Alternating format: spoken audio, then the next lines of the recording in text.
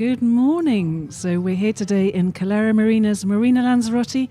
Glorious sunshine, a comfortable 20 degrees, preparing for the start of the prestigious Rorc Transatlantic race, run by the Royal Ocean Racing Club together with the Yacht Club de France and the International Maxi Association.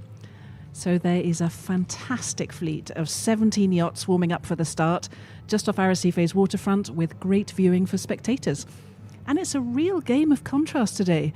With classics and modern yachts, we've got Monohulls, Cats and Trimarans, Mighty Maxes to one yacht under 12 metres. There are crews ranging from just 2 sailors to 19 people on board. There are 19 nationalities in the race, and there has been a wonderful atmosphere on the docks this last week in Marina Lanzarote. So whether first-timer or dyed-in-the-wool Transat veteran, everybody here is looking forward to today's race. So this is the 11th edition of the Rorc Transatlantic race, which coincides with the Centenary celebrations for the Royal Ocean Racing Club. We'll have more about that later. This first start, the first one, is for Multihulls, all set for 12:35 today, with the Monohulls leaving at 12:45. They'll then sail southwest along the coast, passing inshore of the Porto Calero mark, before heading off on their chosen route some 3,000 nautical miles until the finish in Campo Nicholson's Port Louis Marina in the Caribbean Spice Island of Grenada. So the sponsors for the race are Turismo Lanzarote, that's the Lanzarote Tourist Board, with their popular brand Lanzarote Sport Destination and the local Arrecife Council. The race also counts on the collaboration of the Real Club Náutico de Arrecife, who always provides such excellent support out on the water for these international racing events, and Sicar, which is a Lanzarote-based but Canaries-wide rent-a-car company. We're very pleased today to count on the excellent support of Louis Habib, race reporter for the Rorc Transatlantic race. Good morning, Louis. Good morning, Mel. Absolutely fantastic to be here in Marina Lanzarote. We've been so well looked after here. We've had some great social occasions, and the crews are now ready to go. It's their turn. Some of the people have been waiting for this for over a year, maybe more. You know, this is the kind of race that people plan years in advance, and the day has arrived. And we've had a look at the weather over the last few days, and it's coming true. We're getting some really good weather for the start of this race, and we really wish them all the best, that they have a safe and fast race to Grenada, Mel. So yeah, it's all been going well. You've been talking to a few of the crews, Mel. What do you think the atmosphere's been like this morning? Well, nerves, of course, but tremendous excitement. And we've had a fantastic crowd here to watch the dock out of the boats, which is always quite a momentous occasion. A lot of family and friends. So, a fond send-off, a few tears, I have to say. Yeah. But that's the nature of the game. I'll also introduce today Trish Jenkins. Trish Jenkins is the press officer. Trish, good morning. Good morning. Good morning, everyone. Hope everybody's well. Thank you very much. So you will be following the social media. You can tell us how to follow the race. Absolutely, yeah. We'll be on all the usual social media outlets, including Facebook, Instagram, TikTok and X, and on our website, if you want to follow the race, rorctransatlantic.rorc.org. There's a tracker there. You can track all the fleet, and also you can download free the YB Races app to look at it on your phone and follow your favourite boat or the whole fleet. Fantastic. So do let us know where you're watching from, where you're listening from. We'd love to see who's following the race today. So before we go any further, I think we have a video from Lanzarote Sports Destination showing exactly why you need to plan your next sports trip here in Lanzarote. People say it's all about adrenaline.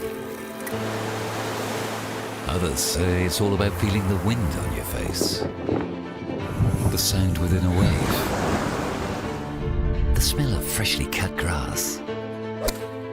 Some people talk about the sunrise colours, about go further or reaching a higher peak.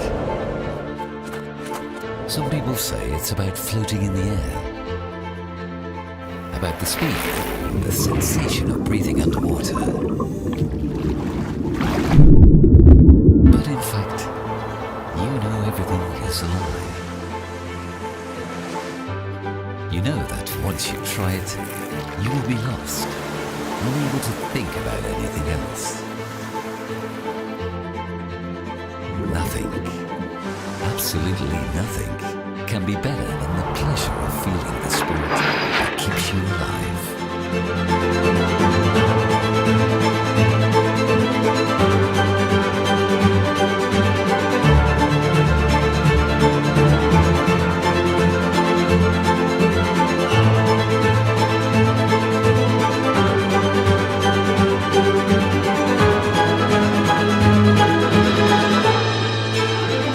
Lanzarote. Feel the spirit. Inspiring, and of course a huge range of fantastic sports that you can come and enjoy here in Lanzarote, where we have got, of course, year-round weather, the best possible conditions. Lue. So we are looking at about half an hour before the first start. How are we going to recognise the flags on the committee boat that tell us that there's a 5-minute warning before the first start? Oh, you're trying to catch me out here, Mel. I'm sure you are. Yeah. So basically, I think the thing to remember is that 5 minutes before the start for the multi-hulls, the first start, you'll see an orange flag go up. That's an attention flag that's saying basically come here. We're in sequence. And then at 5 minutes to go, you'll see the blue Peter go up, which means leaving port. It's used by cruise ships and cargo ships as well. So the blue Peter will go up, and the blue Peter will come down 1 minute before the start. And then on the start, we will have the final gun. All the flags are down and off they go.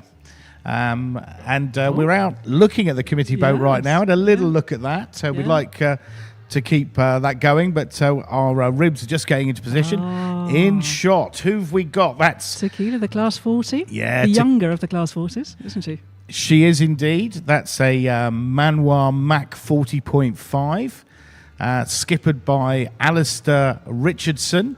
And on board is James McHugh and David Vela. David Vela. So he is, he's actually a Canarian sailor. He was born in Gran Canaria, but he's lived in Lanzarote for 25 years. And he has some incredible achievements under his belt, doesn't he?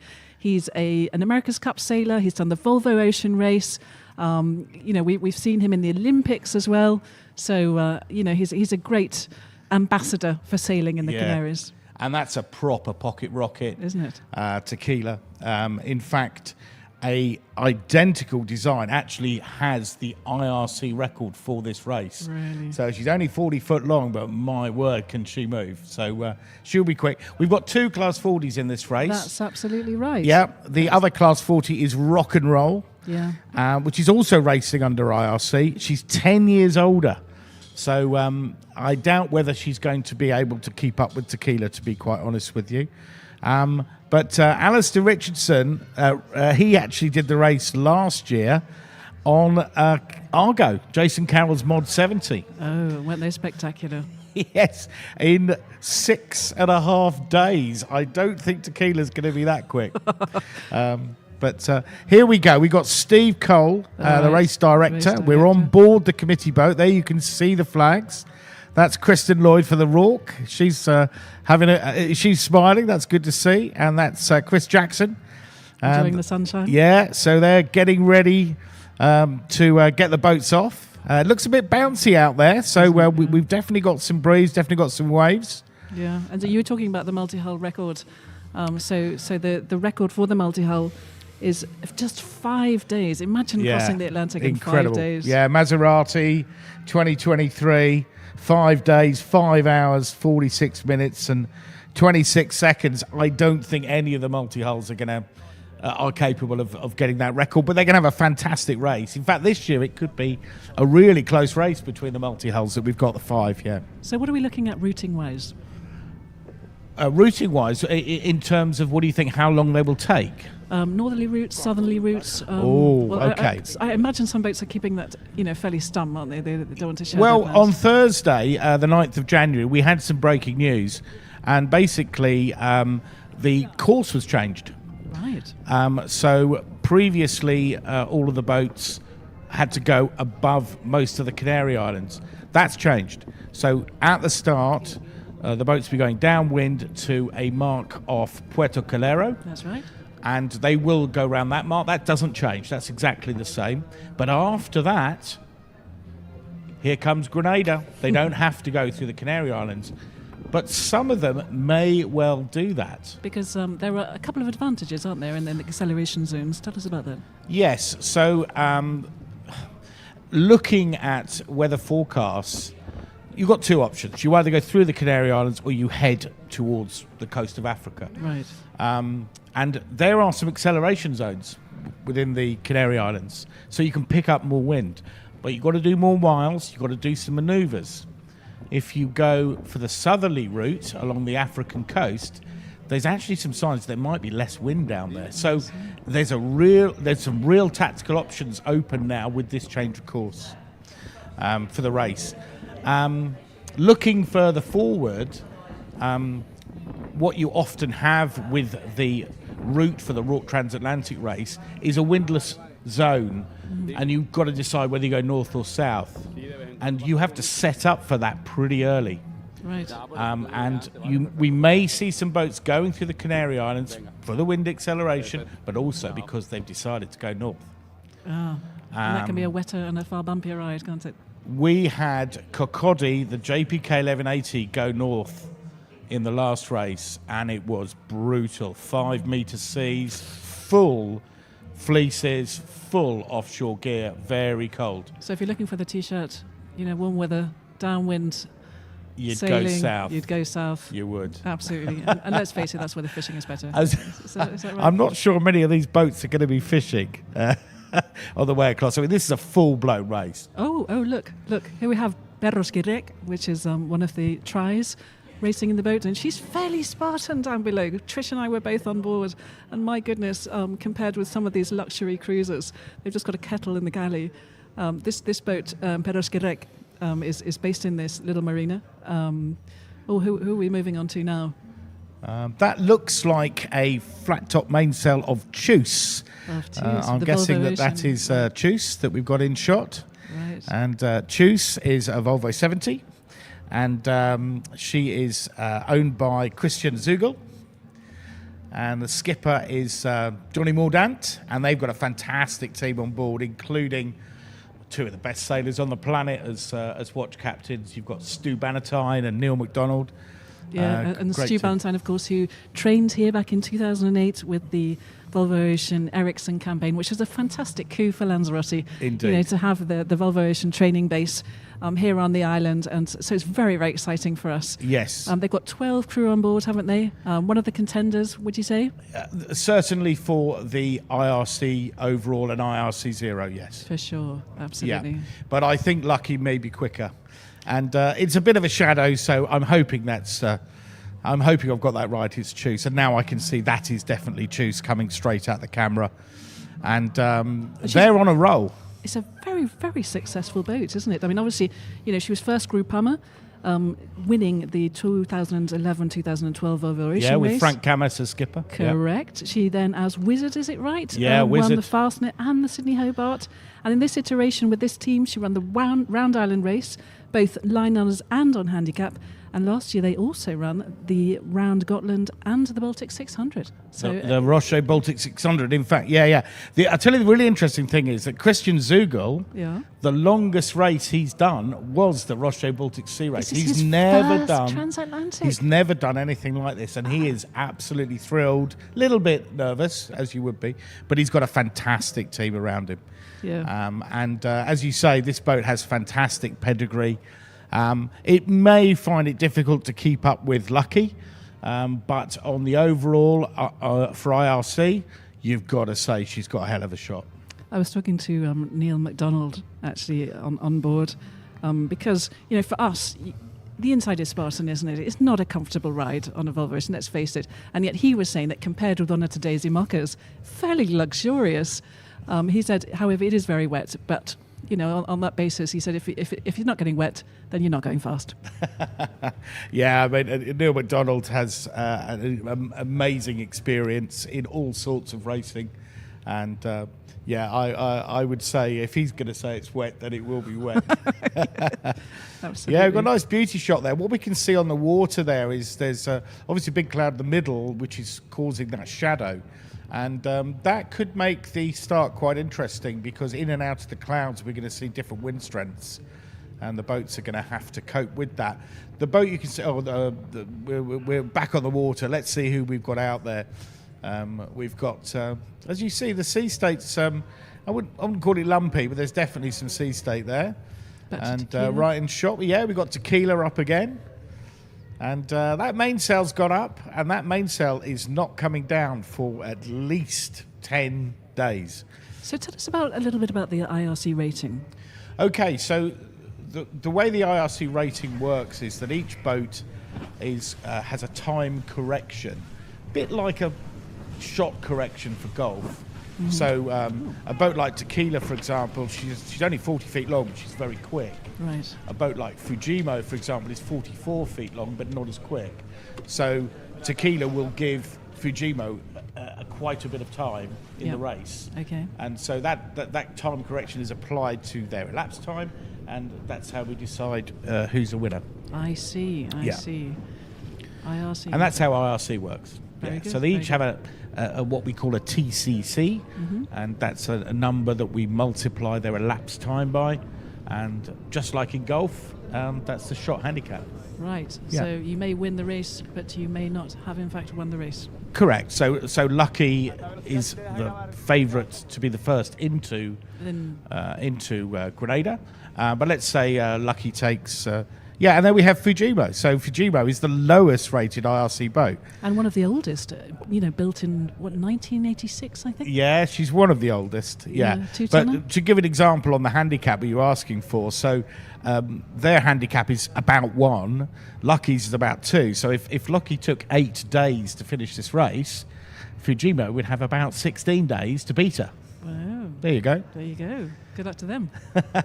The rule is very simple, but it's really, really well thought out. Which is not the same, of course, for the Multihull. So they're racing under the... They race under Mokra, which is also a time-on-time penalty, and it works exactly the same way. I see. Yeah. Okay. And there we've got... She's picking up camera activity, isn't she, with that colour? So it's a very sensible colour to have on board. Yeah, there's a lovely story about this boat. The owner, Thierry Roger, has built lots of Ormas, and he's watched them... Class 40s, as I understand. He's watched them all sail off over the horizon, and now he's built his own, and he's going to go and do it himself, which is wonderful. He's training, I think, or preparing for the Route de Rhum. Correct, yeah, the Route de Rhum Classic class, which he'll do solo. Yeah. You can't do this race solo, so he's taken a family friend, a young man that used to race Optimist with his son. That's correct. Yeah. But he'll be sailing. I think the return trip will be by himself. Look at this. This is the spectator boat, and it was signed up in minutes apparently. Yeah, it's been completely very full. difficult to get on board. Completely full with a massive waiting list. Yeah. It's lovely to see so much interest. Actually, David Vera was saying that as a child, he in Gran Canaria used to watch the Ark go, and for him that was an enormous inspiration. So it's lovely to see that here. Yeah, and well done to everybody that crosses the Atlantic. It's a hell of an experience.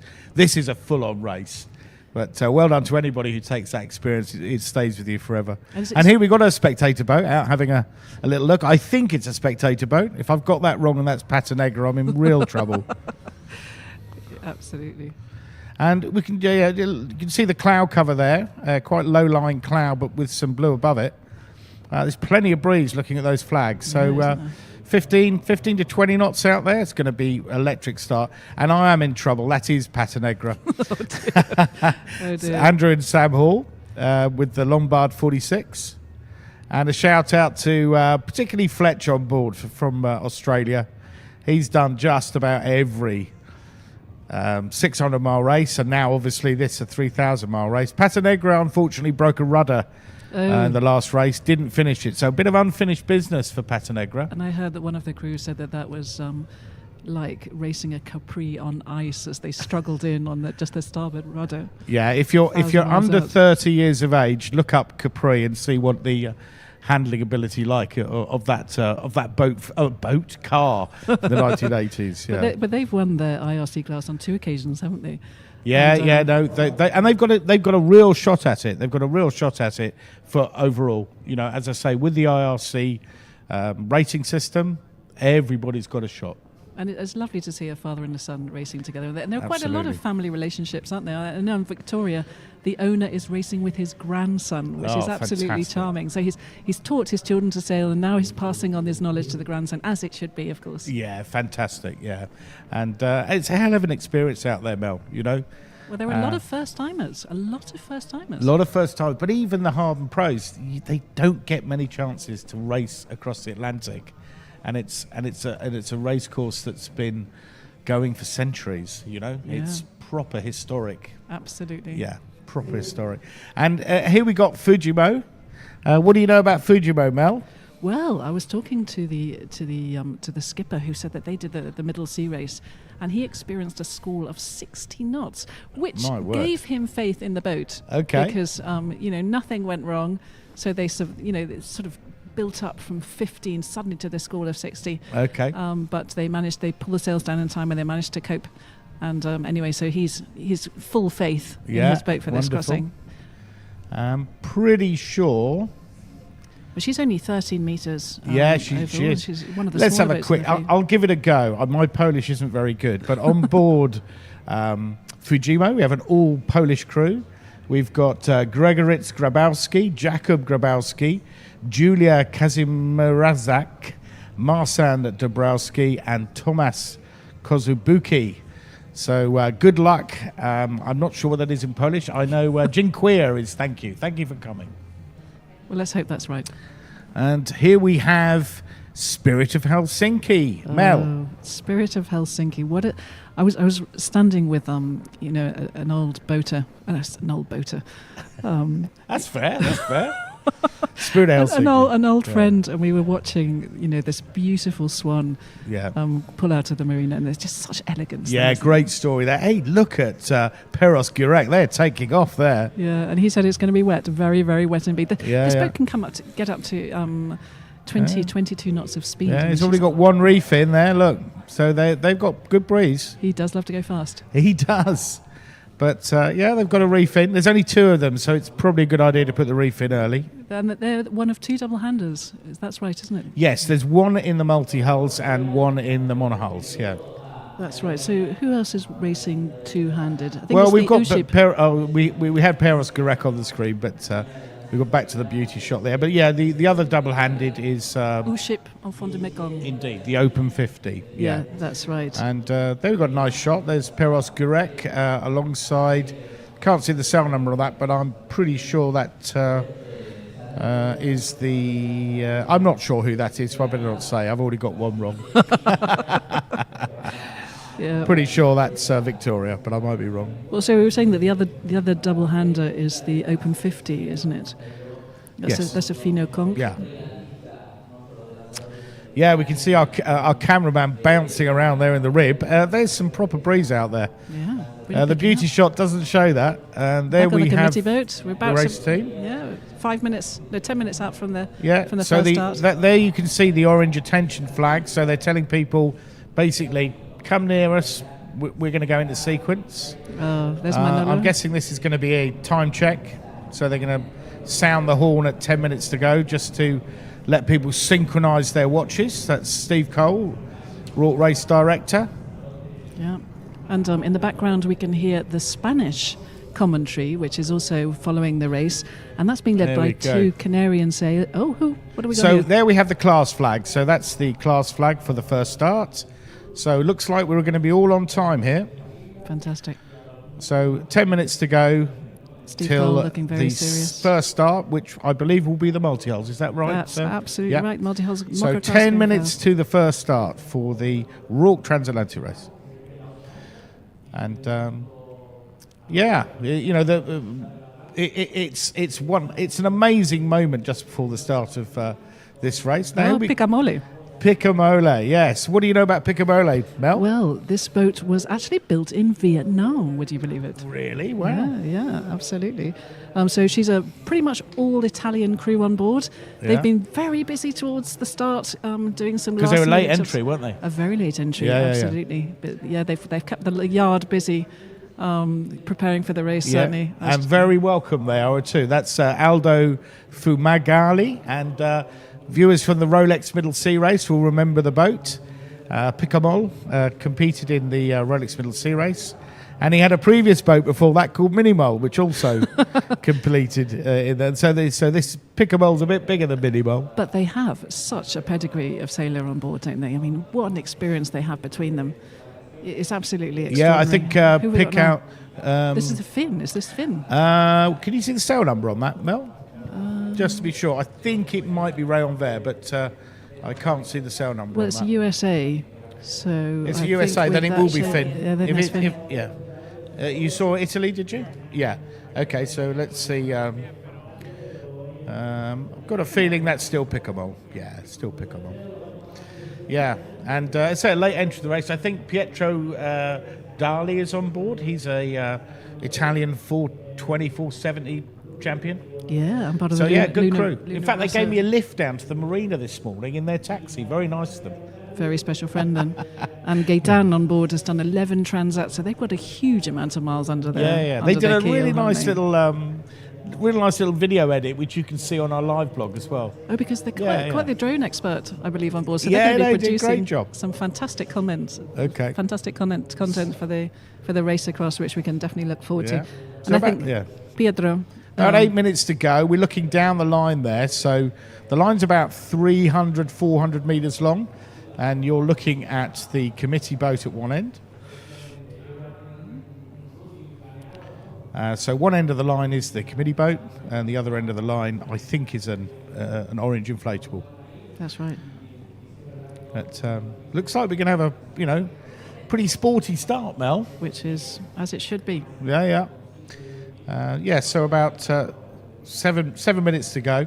And don't forget, if you're watching this at home, tell us where you're watching from. Yeah, Trish. You actually. might even get a shout out on the commentary. Yeah, So Trish. tell us where you're watching from. Who have we got watching the broadcast? Hi, yeah, we're actually on YouTube with a slight technical hitch there, but anyway, all the details are on the Rorc Facebook and YouTube. Everybody's watching now. We've got people watching from France and saying "Go touche." Who's that? Go who's touche. saying that? Jaime 3 says "Go touche." Okay. And Macy Mason, hi, we're in the UK following the race. Our son is unlucky. We're here sitting on the sofa watching, so good luck to all. Go lucky. Okay. Fantastic. Yeah. So tell us where you're tuning in from. And thanks very much for following the race. Yeah, and you can keep following the race. All of the boats have got satellite trackers. At the start for the first 100, 200 miles or so, they update very frequently, and then every 2 hours while they're out in the middle of the Atlantic. So you can follow the race, see where they all are. There's our good friends on Tequila, and that's Lucky, just over to the left side of the screen. And if I can take this opportunity, actually, a shout out on board Finn to Sam, whose family is watching from the UK, from the Isle of Wight. So hi to you. Okay. Sure, Sam Maybe, is that? That's right. Yeah. Are you watching Maybes? Yeah. Oh, it's some more. Sam's the boat Yes. captain of that boat. Hi, yeah, some more are coming in. Chris Sheehan's watching. He's saying "Go touche." I always get that wrong. And we know who Chris Sheehan is, don't we? Well done, Chris, for watching. Chris Sheehan with Warrior One won this race a year ago, and he was absolutely clicking his heels together in Grenada. So welcome, Chris Sheehan. Good to see you here, man. With Stu Ballantyne. of With course, Stu Ballantyne, who's that's here. right, on board. Yeah. And Petra Kraus from Finland, Go CC. Paul Svirak is saying "Good luck, Peros Guirek." And he's got lots of followers. He's already told me he's got about 200 following him from back home in France. Okay, we're about to get a flag come. Just so you know, guys, we've got the on screen now. You can see Chris Jackson there. He's holding a flag in his hand. And I'm pretty sure that's the Blue Peter. Chris Jackson knows what he's doing. He's done this race about 4 times. Has he really? He has. So you're about to see another flag go up, which is going to tell us, I believe, 4 minutes to go. And a fair amount of breeze there, looking at the flags.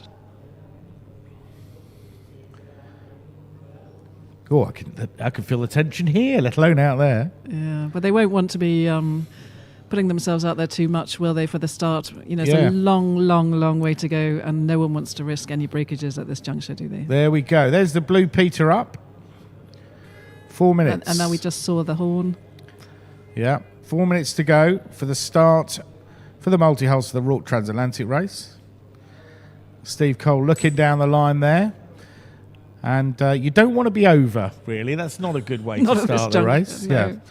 Yeah. Absolutely. If you are over, you have to go back and start properly. Which, yeah. Yeah.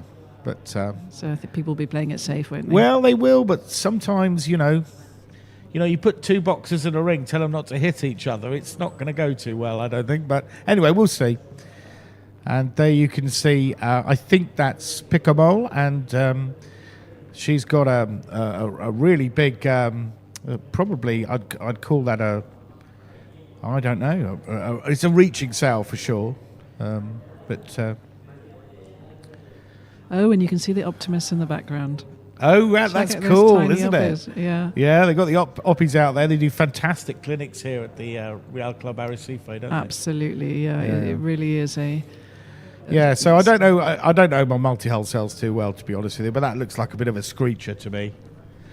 I'm going to call it a screecher. I'll probably get shouted at for calling it that. But Yeah. Yeah, but I mean, back to the opposite, it really is a fantastic place to learn to sail. okay, and there you can see the racing mark, which is the pin end of the line. So we've gone to the other end of the line now, with Arrecife and Lanzarote in the background. You can see the. And is that Rayon Vert? Not 100% sure at the moment, Yeah, Mel. To difficult be to say. honest, a little bit too far away. But there we're now at the other end of the line. Okay, more shout-outs coming in. Go Pata Negra from Australia, from Margaret Muskins, and from, who else have we got here? Oh, Go Eno Noir from Jess and Ollie There in you go. Southampton. Our daddy's on board. There you go. That's lovely. You know why is the car kick 45 that we saw earlier, and isn't she a beast? I mean, she's an extraordinary looking Yeah, boat, she isn't is an extraordinary looking boat. Well, we're very close to the start here. You can see the Blue Peter is now down, so I think we are 2 minutes out. inside a minute. Right. The Blue Peter's down. Anyway, we thought 12:35. They're about to go. That's some of the monohulls waiting, but we've got the multi-hull start in 1 minute, I believe. Yeah. And well, that's as far as you can see, which is, with that elevated position, probably about 10 miles. Just 2,990 to go. Steve Cole looking at his watch there. Yeah, keeping a close eye on the time. There goes the Blue Peter. So that's 1 minute, guys and girls. T's and G's, that's 1 minute to go. When you see that orange flag come down, it's go. And it really is super to see these boats out here in Lanzarote, isn't it? Oh, fantastic. I mean, it's an incredible adventure to race across the Atlantic, and what a place to start from, It is Purpose-built. excellent, an excellent place to prepare for Transat. I mean, you've got all the facilities around Absolutely. the marinas. It's all ready for you. Yeah. And what a show they put on, particularly Calero Marinas. We had a lovely cheese and wine party. All the crews get to meet each other, gala dinner. And they're All in opening, their of course, photos. their 4th marina this year, which is very exciting news. Fantastic. Where's that, Mel? That's in the south of Fuerteventura, Okay. in Monohull. Okay. So a great achievement for the Calero family. I mean, of course, Yeah. they were the first to build marinas here in Lanzarote, so set There we go. a trend that's worked well. And That is the start we are. of the Rorc Transatlantic Race 2025 for the Macra fleet. for the Mocra fleet. That class flag you can see up is for the next start. So we've got a rolling start here, and the multi-hulls are away. And as you said, Mel, very conservative. There's no way you want to be over at the start. Absolutely not. Absolutely But not. let's see who's the first to the line. I've got a feeling that's Picamole. I might be wrong, but It is hard to see against the light. interesting that quite a few boats are up at the pin end. Picamole down here at the other end of the line. But a lot of boats have decided to go a little offshore. They have to go to this mark at Puerto Calero, and maybe by going offshore that opens the angle up a little bit. So that gives you more options to get down in the way you want to the Calero mark. It opens the options. So that's maybe why they've gone a bit offshore. Perhaps. I mean, it's a fantastic place to watch the race, really. That turning mark when they've picked up speed already. Yeah. Loads of ribs out there as well. Yeah, a lot of people watching the race. Probably wishing they were doing it, Mel. Well, Would you like to wouldn't- do it, Mel? Well, I have done it, but a very, very, very, very long time ago. A race? Yeah. Did you really? Come on, spill the beans. Well, I did the racing class in the Ark. Oh, right, okay, Yeah. okay. Yeah. Well, you It's can not use quite your the same engine thing. and things like that. But we didn't. Oh, well done. far as Okay, I got. back to Oh. the records. Pieros Gurek. Yeah, there she goes. Yeah, just 2 on board. They've still got the reef in. Wow, we wish them luck. Just 2 on board. That's pretty hardcore. It really is. And again, you know, Trish, you were there with me. We both went on board, didn't we? And my goodness, you know, Nothing down below? virtually nothing. If you compare Just that food and with water. Dakota and perhaps Victoria, or perhaps Yeah. Finn, that's how you want to cross the Atlantic, But brilliant, isn't it? You know, this guy, it's been his dream forever, basically, to do this. Yeah. And I should imagine the emotion going through Thierry Roger at the moment will be something else. Probably a bit of relief as well that he's finally actually Off. managed to go, you know? Yeah, because preparing the boat is a mission in itself, isn't it? It is. Absolutely. Yeah, it is. It can be years of preparation. Absolutely. Well, he's built this boat himself. So in this case, yes. You know, this is it all coming together now. And we wish them fantastic sailing and wish them well for their Rorc Transatlantic race. Absolutely. Yeah. More shout-outs here. Hi, more shout-outs. Clinton Copythorne, go Nin O'Leary on Touche 2, watching from West Cork in Ireland. And then we've got, hi there, we are Christian and Peter from Hamburg, Germany. Thumbs up for our nephew Nicky on Hasper Hamburg. That's with the young crew on board, all about many of them, Louis. Yeah, just under 3 adults and the rest are all under 30.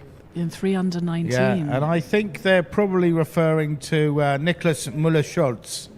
I might have, I'm pretty sure that's who they're cheering on. Hasper Hamburg, what do you know, Mel? Hasper Hamburg, what an impressive... I know we got Pieros Gurek. Actually, why don't we wait for the Monohull start for that? There we go. But our cameraman loves this boat. And to be honest with you, so do I. It does look like a hand of bananas, but it's a copy of a very famous boat from the 80s that won the Route de Rhum. Well, he's chosen well with his colours, hasn't he? Let's face He it. has. And that rose colour is represents the granite rose of the Armor coast, La Vie en Rose. So There that's we go. quite fun. Yeah, what a character. Absolute character, this guy. He really is. Yeah, Thierry Roger from Brittany in France. And he's racing with Renan Le Pevon. And Renan Le Pevon used to race Optimist with his son. Oh, And he's been a family friend for all this time. And he's also a boat builder. So this is a real busman's holiday for these guys. I love when you. I was chatting to the guys on CC. So CC is a charter boat, but the core crew are all friends together. They raced together when they were young in dinghies. Cool. And you've got this fantastic dynamic. People say, don't they, with the crew. Often, you know, the crew is as important as choosing the boat. Yeah. You don't want to go with people that you perhaps don't get along with. Yeah. You know, it's very Yeah. important. There's a lot of trust, a lot That's of it. responsibility. CC in the next start in 5 minutes. And there we have, I believe, Picamole. I'm trying to pick that up, which we've had a little chat about. Let's just run you through the multi-hull starts. So we have Pieros Gurek, we have Rayon Vert, we have Dakota, and we have Finn racing. And they're all tries apart from Dakota, is that right? I believe you're right there. Yeah, she's Mel. the only catamaran in the race. Yeah, and that's owned by Clarin Mustad, which usually has a Grenada cell number. It's a long story. That's but, right. They are registered in Grenada. But Correct. this will be the first time Clarin has been to Grenada. Yeah, and we haven't seen much of Finn or Rayon Vert, have we? But No, and we're looking at the race office now. They are the race team now, and they are about to put the multi-hulls onto. The monohulls into a starting sequence. Fantastic. Oh, there she goes. And in the foreground here, we can see the Islote de la Fermina. Beautiful spot. Where we were on the first evening with the fleet. Wasn't that marvellous? It was, with the sunset? sunset. Oh, unbelievable. Yeah. Yeah, if you go to the Rorc Gallery, you can see some pictures for that night. It was just absolutely stunning. Yeah. And the people really enjoyed it. They did. They did. A spectacular place to start. It was absolutely awe-inspiring, Yeah. I have to say. So, who have we got in shot? Picamole. Is that Picamole? Yeah, the cameraman loves Picamole. He does And love Picamole. He's going to jump on board, I think. yeah, that might be the last we see. Yeah. But, a good Italian team on board. Very late entry to the race, but every single one gets fully scrutinised. Chris Jackson went on board, checked that everything was okay, that they had all the right safety equipment, and they have to do that to enter the race. It's as simple as that. But Rorc Special Regs insists on it. But they certainly know what they're doing, don't they? And Pietro, he came first in the TJV with Giovanni Soldini, who of course is another very popular person or face in this race. We've seen Giovanni many times. Giovanni of course, he's got Soldini with Maserati and the multi-hull race. That's it, with the 170 race, the race record. Yeah. Yeah. So just in case you're wondering, we believe that the Monohull start for the Rorc Transatlantic race will be in 2 minutes.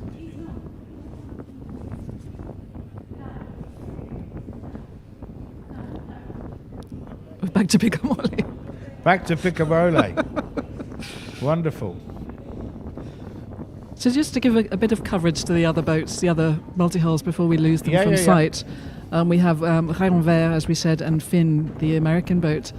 Rayon Vert, who has on board, they're one of three crew, has on board François Sérusier, who was in fact director of the Panorama Transatlantic, a race that predated the Rorc Transatlantic race. He was here 3 times with that. He also directed the mini Transat that also came through this marina back in 2015.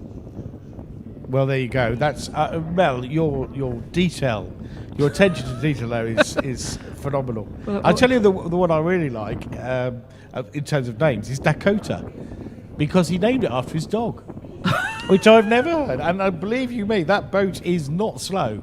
It's an Alibi 54, and they tried to do the race a year ago, and they had some technical issues with the boat coming down here.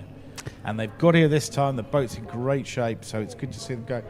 Anyway, we're back to our Steve Cole race officer. Down goes the Blue Peter, so that's 1 minute to go to the Monohull start, the IRC start for the Rorc Transatlantic race in shot. And we can see them starting to get into position. Lucky. Ooh. What do you know about Lucky, Mel? What don't we know about Lucky? What a boat, eh? Absolutely what a boat. Fantastic. American flag, a Juan K, I think, is that right? 1K88, carbon, all carbon, canting keel. Used to be Rambler 88, if I'm not wrong. That is correct, yes. But we'll concentrate it on Lucky. It's Brian Earhart's 1K88 from the USA. It's the highest rated boat in the race and favourite for the Monohull Line Honours, and therefore the IMA Transatlantic Race Trophy. Which is quite Let's see Steve Cole. He's probably, we are really close to the start here. Interesting to see Lucky. She's got full main, and she's got the inner forestay rigged, and I can assure you when they hit that line, there's going to be a very large sail come out of that forestay in front of it, all furled up, ready to go. Going to be spectacular. And they've got Charlie Enright racing on board, haven't they? Oh, got a fantastic crew. They really on do. board the boat. A superb crew. Charlie, of course, who's skippered. He pretty much knows all the boats in the fleet, hasn't he? He's skippered Sea Steam when she was Vestas, also Wizard, which is now Choose. So he has a pretty good understanding of the fleet and the competition, I'd imagine. Yeah, one of many fantastic crew on the boat. There we go. There's Lucky, fully wicked up. She's pulled out. I'm not sure. Forgive me if I'm wrong. That looks like an A4, and they're running a staysail inside it, and they look fully powered up. They'll be doing, in this wind speed, over 20 knots. There's a nice shot there. I think that is Choose keeping them company. I might be wrong, but I'm pretty sure what we're looking at there is Choose and Lucky, and they're streaking along. Aren't they? Fantastic. Yeah, a quick shout out to that Lucky crew. Brad Butterworth, longest winning streak in the America's Cup. Impressive. He's on board. Brian Giorgio, the owner, Brian Earhart, Charlie Enright, Chris Leffending, Daniel Radavero, Dean Phipps, Yoko Signori, Jonathan Clough, Jonathan Rankin. What a team. And here we have Eno Noir. What do you know about Eno Noir, Mel? Well, we were saying earlier, she's a beast, isn't she? She was custom built, as you say. Yeah, Khaki 45. The owner on board is the ex-Commodore, isn't he, James Neville from the Rorc? Commodore, yeah, 2023 Commodore James Neville, yeah. So this is a very interesting design. If you look at the bow section, you might have seen a boat called Ran, which is the same designer. Yeah. So this bow is designed to shed water away from the boat, and you can see that happening right now. Absolutely. So that flared hull, is that optimizing that the shape of the hull basically deflects the water away from the crew, keeping them a bit drier. And this boat races inshore, offshore. I mean, it's some machine. And she's set to compete, as I understand it, in the Admiral's Cup next year. That's correct. Which is being resumed after 22 years of an absence, isn't it? Yeah, so, good luck to Eno Noir. We've got a nice shot there of Choose. And I'd say she's running an A4 there with a staysail. So she's got a bit more power up than Rambler. There's probably a few sailmakers having a good laugh at that comment, but there you go. And she's fully wicked up. I think we're back to Lucky. Yeah. And here's one for the viewers at home. Why have they got those stripes on the sails? I'll just leave that there, and we'll see if anybody knows on the Facebook. And they aren't there for decoration. I'll give you that much. But you can see the difference in size there between the two boats. And now we are looking at the Open 50. What's it? That's cruise ship. There you go. Enfant du Mekong. Yeah, Patrick Isoar. Isoar. Double-handed. That's right. He has 4 chandleries. But what's lovely about this story is that he's helping to promote the Enfant du Mekong, which is a charity helping to provide education for children in Southeast Asia. And he's done very well to provide visibility for them over the last races. We're back to Eno Noir now. And, they're also running two-headed. And then we're back to Enfant de Mekong. Lovely guy, Patrick Isoar. He's been around, and he really enjoyed the social side of things, I must say. Yeah, that's a historic open that's quite interesting. We've got Choose 2 and Lucky crossing swords there. You see that Lucky actually furled that big soft sail to jibe. So they've now got to the other side of Choose. So there's a proper battle going on between those two right now for positioning to that first mark at Puerto Calero. Got energy in this race. Yeah, and Lucky deciding to get, I presume, that would be inshore. Interesting, anyway, just to see the fact that they're already locking horns. Which must be fun for the spectators out on the water, mustn't it?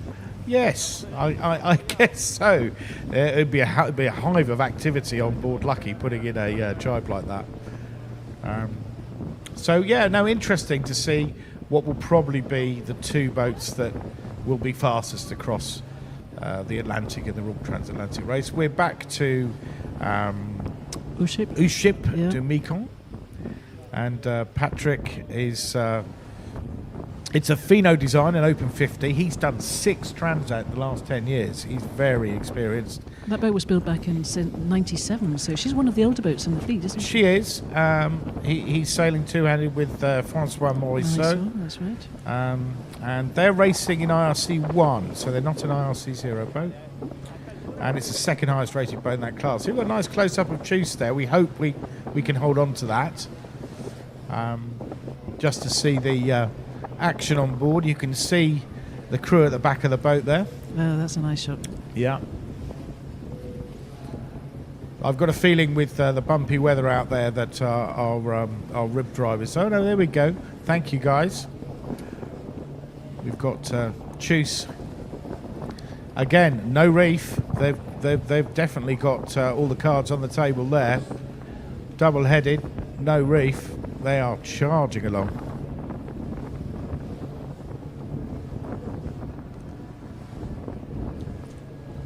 Pata Negra, pretty sure. That's right, that is Pata Negra. Pata Negra. Yeah. Nice to see Yeah. the team on board. They've got There's nine- Andrew Hall there at the back of the boat on the helm. And Sam just in Turn front. to the camera. Yeah. And that's a nice grin there. Yeah. And Andrew Hall is probably one of the elder Oh, sailors in yeah, this fleet, yes. isn't he? Yeah, I can get. He can't hear me now. So yeah, 75. He's the oldest sailor in the race.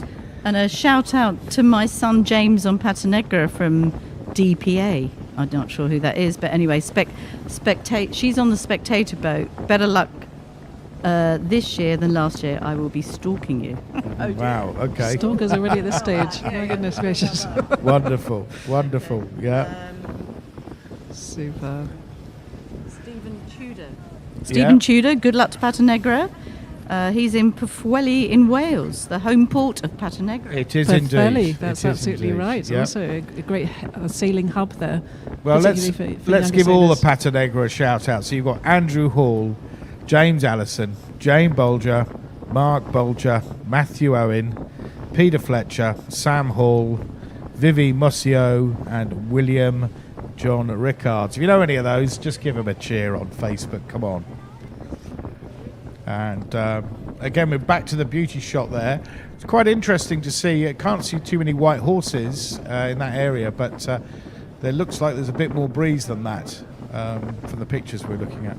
And of course, there's a virtual race, isn't there, for the aficionados out there? There is. The There is a Armchair virtual sailors. race, but right now the real race is going on here. Look at the Eno Noir having a right old ding-dong with another boat there. I'm not quite sure who that is behind Eno. a Three bit of them, difficult look, to in a see. line. Yeah, obviously you're looking at live pictures, but we will be we've got some fantastic Yes, people out in the water just- taking shots. But Eno Noir on a charge there. Back to Enfant de Mekong. Yeah, Enfant de Makeup now unfurled that spinnaker, which is most definitely very asymmetric. Only 2 on board. So already we're seeing the tactical battle opening up, literally just to get down to the Calero mark. And after that, they can go wherever they like. So it's already on the battle just to get to Calero. And there you see Eno absolutely charging along. It really is effective, isn't it? Very effective, yes. There are some racing advantages of that particular design as well. But also by taking away that weight from the bow, by having that sort of cutaway, it promotes the boat to plane earlier because there's less weight further forward. So that's another concept there. But I'm not a yacht designer. Sean Carkeek certainly is. We'll invite him for next time. He'd be much better than me, to be honest. Oh, Louis. And there you can see the little and large size of things. I'm not too sure which boat that is in front, but we have a vast variety of boats racing in the Rorc Transatlantic race. But under the IRC system, they all have a chance of winning. And we've had boats of 30 feet up to 100 feet winning. So they've all got a shot at it. Yeah. I don't think have we come across rock and roll yet, the other Class 40, because Samantha Beaumont wants to give out a shout out to her dad stroke granddad, who's on rock and roll, and Zach and Casper are very proud and excited and watching from Scotland. Also Eno Noir, Tracy Ann Neville, she's watching from the comfort of a pub in Lymington. That's where we'll be later. That's James Neville's wife. Well, I hope you're enjoying the bubbles. Yeah, wonderful. Yeah, and a quick shout out for rock and roll on board. Afanasi Isaev, Graham Foster, Ksenia Shemegia and Stephen Carter on board that boat, which comes from Warsash on the River Hamble. And Afani, of course, he raced last year on Green Dragon with the half pay race crew. He's done a lot of Rorc races, actually. Yeah, lovely chap. And here we have Victoria. What do you know about the Swan 82? Let me know. First of all, she's glorious. Yes, she's got a full French team on board, full French crew. The owner, as we said, racing with his grandson, but also on board, very interestingly, is the president of the Yacht Club de France, who's racing with his wife on board. Indeed, yeah. Yes. He's also the vice president of the French Life Saving Association. That's Philippe and Nathalie Herral from the Yacht Club de France. That's right. The president of the Yacht Club de France, who are passionate supporters of this race. And there's actually a Yacht Club de France trophy. That's right. Which they are trying to win. Yeah, and this boat, I think, is going to be travelling around the world after this. And yet they are they're hoping a potential entry for the Sydney Hobart. So they've got a long way to go. Wow, a fantastic that's a journey fantastic ahead of them. program. Yeah. Yeah, and viewers may remember another Swan 78 that has done the race in the past. This is not the same boat. This is a much newer boat. This is a Freres 2023 Swan 78.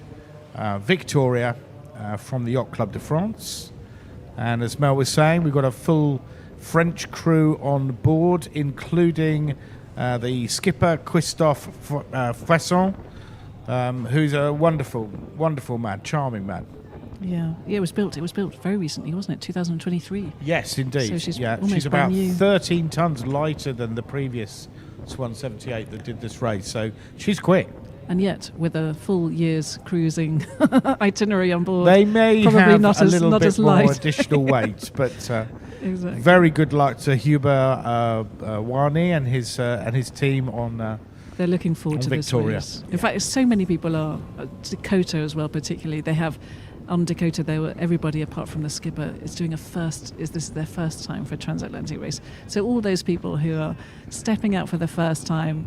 It's a fantastic experience. It is indeed. It is indeed. Yeah. Well, there we've got a wide shot. You can start to see some white horses now. So I think we are looking at at least high teens in terms of wind speed. What a way to start the Rorc Transatlantic race. With great breeze, great pressure, 20 degrees air temperature. Quite frankly, that's straight out of the brochure. Isn't it just? So tell us very, very quickly about the centenary year. So the Royal Ocean Racing Club was established in 1925. So this year, 2025, marks the centenary year of the Royal Ocean Racing Club. And there's been a lot of work in preparation for it. And we have some fantastic racing, starting with the Rorc Transatlantic race. This is the first race of the Rorc centenary year, and after that we have the Nelson's Cup Series and the Rorc Caribbean 600 in Antigua. We go on to that, another race which is jointly being organised by the Royal Ocean Racing Club and the New York Yacht Club, which is another transatlantic race. So we have a transatlantic race west to east, which goes from Newport back to Cowes. And that's in June. Meanwhile, we've got fantastic racing going on in the English Channel with lots of different races going on. And then we have the world's largest offshore yacht race in terms of entry, the Rolex Fastnet race, including the Admiral's Cup back after 22 years. So it's a long, and then there's amazing social activities going on shore as well. A new book. Just go to rorc.org and just click the Centenary badge and you'll find out what's going on. But right now, Mel, we're in 20 degrees in Lanzarote. It's absolutely spectacular here. I'm looking forward to perhaps a small glass of something with lunch, but back to you. And I'll be going for a swim. So we're probably going to be wrapping up now. So saying goodbye then to this fleet as they head off to the Porto Calero mark. We'll just hand back to Trish quickly for those who'd like to follow the race as they go across the Atlantic. Yeah, well, I mean, that was spectacular watching some of those boats. Great to see them out there. So to follow the race, follow on the race website, rorctransatlantic.rorc.org. As Louis said, there'll be some spectacular photographs, I'm sure, when our photographers come back in off the water. Social media, Rorc Racing and Rorc Transatlantic Race is the hashtags. Facebook, Instagram, YouTube, you name it, we've got it. And it's Royal Ocean Racing Club. So we look forward to everyone following this great race. Thank you. So thank you very much to both of you. Thank you, Trish. Thank you, Louis. It's been a lot of fun. We wish the boats the very, very best. Will you be there to greet them at the start? At the finish in Grenada, Mel. At the finish. Yes. Yeah, I've got to better start swimming though. I think I better start swimming. Yeah. So you can cover that. You can follow this race as it unfolds. As Trish was saying, we have a tracker. All the boats can be tracked on satellite. You can see what speed they're doing. You can see their rankings. So you can keep following this race. We're hoping to get some video, pictures, and messages from the boats during the race, which will go on the official website. And in however many days, they'll start to come into Grenada and we'll be greeting them on the dock, Mel. Fantastic. So it's been an absolute privilege to watch the start, to share the start of this journey with this fantastic fleet. Thank you to both of you. Thank you to everyone who's been watching. And goodbye from us.